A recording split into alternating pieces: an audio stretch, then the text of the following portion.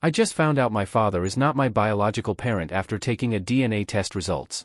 I'd always read posts like this, but never thought I would be writing one myself, at 35 years old. I'm sharing my story in hopes of connecting with others who might understand what I'm going through. If you do read this all, please know that I experienced a lot of denial at the beginning of this process. As someone who believes in science and data, it's painful to realize how hard I fought against accepting the truth. If you knew right away in a similar situation, please know I just wasn't capable of that, at least not initially. I was doing the best I could. Just over a week ago, on Halloween night, I was about to go to sleep at around 2 a.m. when I got an email that my Ancestry DNA results were ready. Eager to see the results, I decided to take a quick look. I was excited because this was a project I had been working on with my father. When his mother, my closest grandparent, passed a few years ago, we were happy to bond over carrying on her genealogy research to discover and explore our extended family tree. But, upon opening the regions page, I was immediately confused. 3 of my grandparents, now all deceased, had strong Ashkenazi backgrounds, which has always been a huge part of my identity. While my living family is not strictly religious, we have always been very connected ethnically and culturally to our Judaism. But when I looked at my results, they showed that I was only 34% Ashkenazi, a stark difference from my brother's 80%, from when he took the test a few years ago. I convinced myself that maybe he'd inherited the maximum amount of those genetics while I received the minimum. Regions appeared that I had never heard my family speak of and I had never seen in any of my research: French, Basque, Finnish. I dismissed this as well, recalling posts I have seen about people's DNA results shifting after recent Ancestry platform updates. Then I moved to regions by parent and I saw that all my Ashkenazi ancestry came from parent 1, while all these unexpected regions were from parent 2.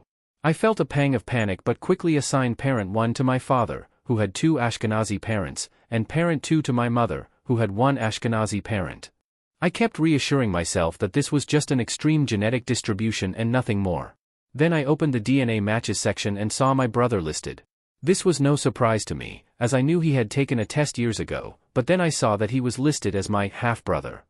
I quickly changed the label to full brother, ignoring pop-up warnings encouraging against it. As I kept looking, I noticed 2 other people below my brother who appeared as my maternal grandparents, but their names were not those of the grandparents I grew up with my whole life. They were my grandparents' best friends, my sort of pseudo-grandparents, growing up. I gasped and clung to the idea that my mother had been adopted by her parents and that both families had stayed close through it all. After sitting with this for a few hours, I called my dad. Even though he and my mom had been divorced for 15 years, and I never made it a habit to involve them in each other's affairs, I just needed reassurance, and I've always called my dad when I needed help. When I asked if he knew whether my mom had been adopted, he laughed, assuring me she wasn't. I took him through what I'd found, leaving out details I thought were irrelevant. My dad was quiet as I explained, but he patiently walked me through my theory. The more we talked, the more inconsistencies we uncovered, and I grew increasingly frustrated. Then, to my shock, my dad suggested that he might be questioning his paternity to me. I laughed it off, even grew angry with him, trying to steer the conversation back to my mom's adoption. But while he looked up his own 23andMe results, I went back to my DNA matches section to find my closest relative on my paternal side. I clicked into family trees, expecting to see familiar names. And they were familiar, just not paternally. The trees showed my mother's relatives, her tree. It hit me then, I had misassigned my parents. Parent 1 was my mother, and parent 2 was my father. With the correct assignments, my biological grandparents shifted to my paternal side. As I was confirming this for my father, he protested, telling me this still didn't line up 100% because my brother had shown up as fully related to me. I then confessed that I had changed my brother's relation to me, thinking it was a mistake at first. When I reverted my brother's status to its default, it read, half-brother, maternal side only, and at that moment, after 2 hours of frustration, I finally broke down. The man who'd been my father all my life, and my closest family, were not biologically related to me. By 5 a.m., I was beyond exhausted, ashamed for clinging so desperately to denial. My dad told me he'd known from the first result I'd shared that he likely wasn't my biological father, not because he ever suspected it, but because he trusted the science. He said the hardest part of finding out with me was watching me struggle so hard to rewrite the truth.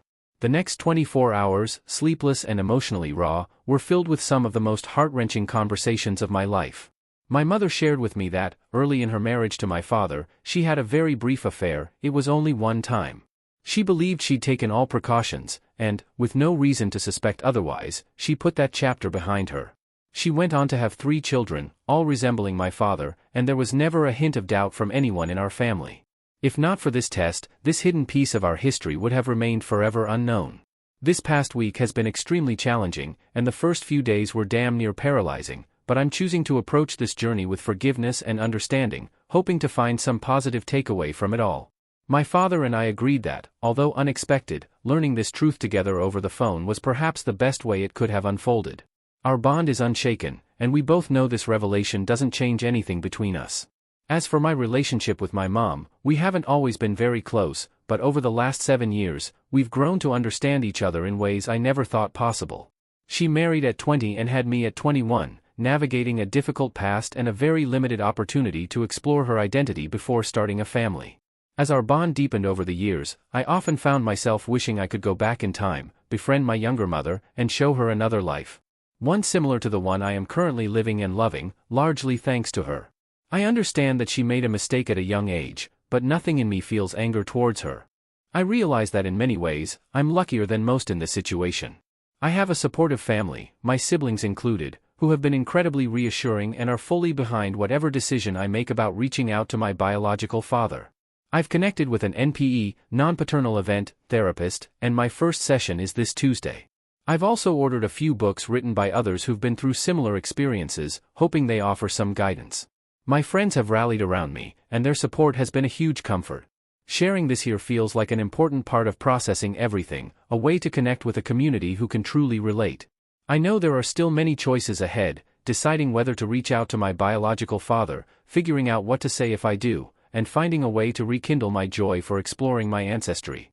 I want to get to a place where I can carry on my grandmother's legacy, learning to appreciate each branch of my family tree, even if my connection to each one is now so different.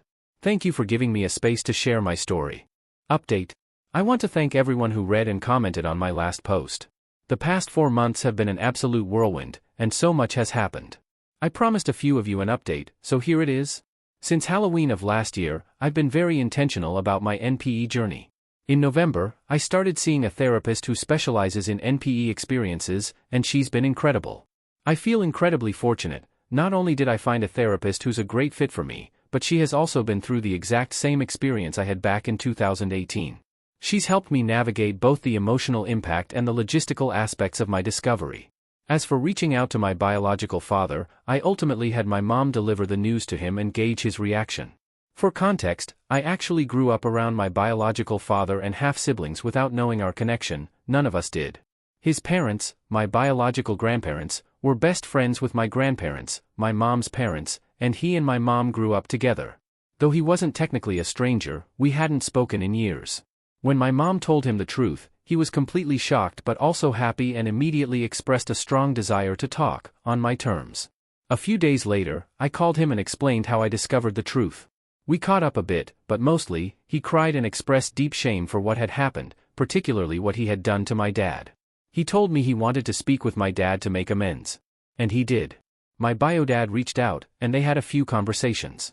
He expressed his regret and reassured my dad that he would never and could never replace him. Despite the pain, my dad has shown an incredible amount of grace and has been open to having a relationship with my bio-dad.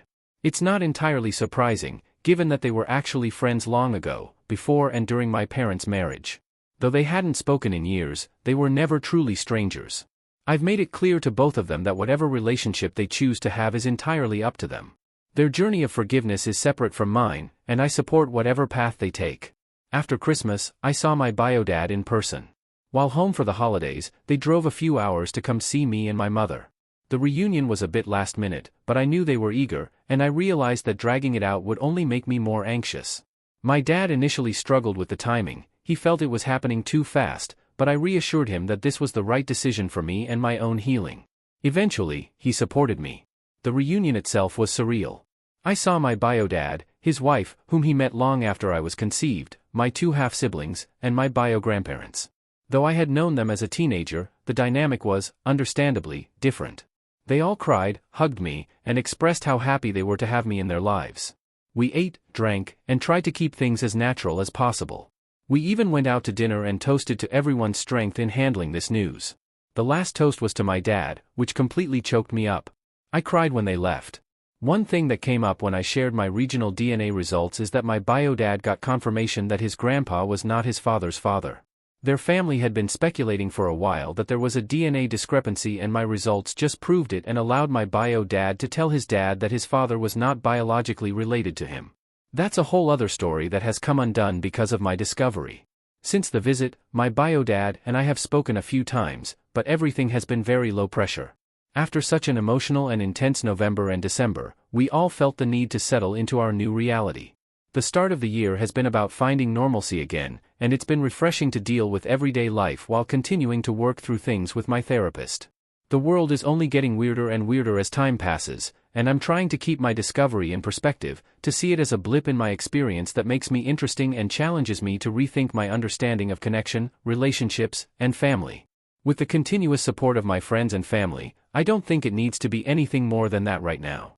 Moving forward, I want to wait until the summertime to start digging back into my Ancestry account. My goal is to continue to help my father build out his tree, even if my DNA won't be an asset there. I will keep working on my mother's tree, and I have agreed to help my bio dad do more research on his family, since he doesn't know who his real grandfather is. I want to find ways to relate to all three trees, even if they all feel slightly different to me. In the meantime, I will work to gather health history and other info from my living bio family so that I can give my real health history for the first time to my doctors. Thanks again to everyone who has followed along and offered support. Feel free to PM if you are going through something similar and want to talk about it.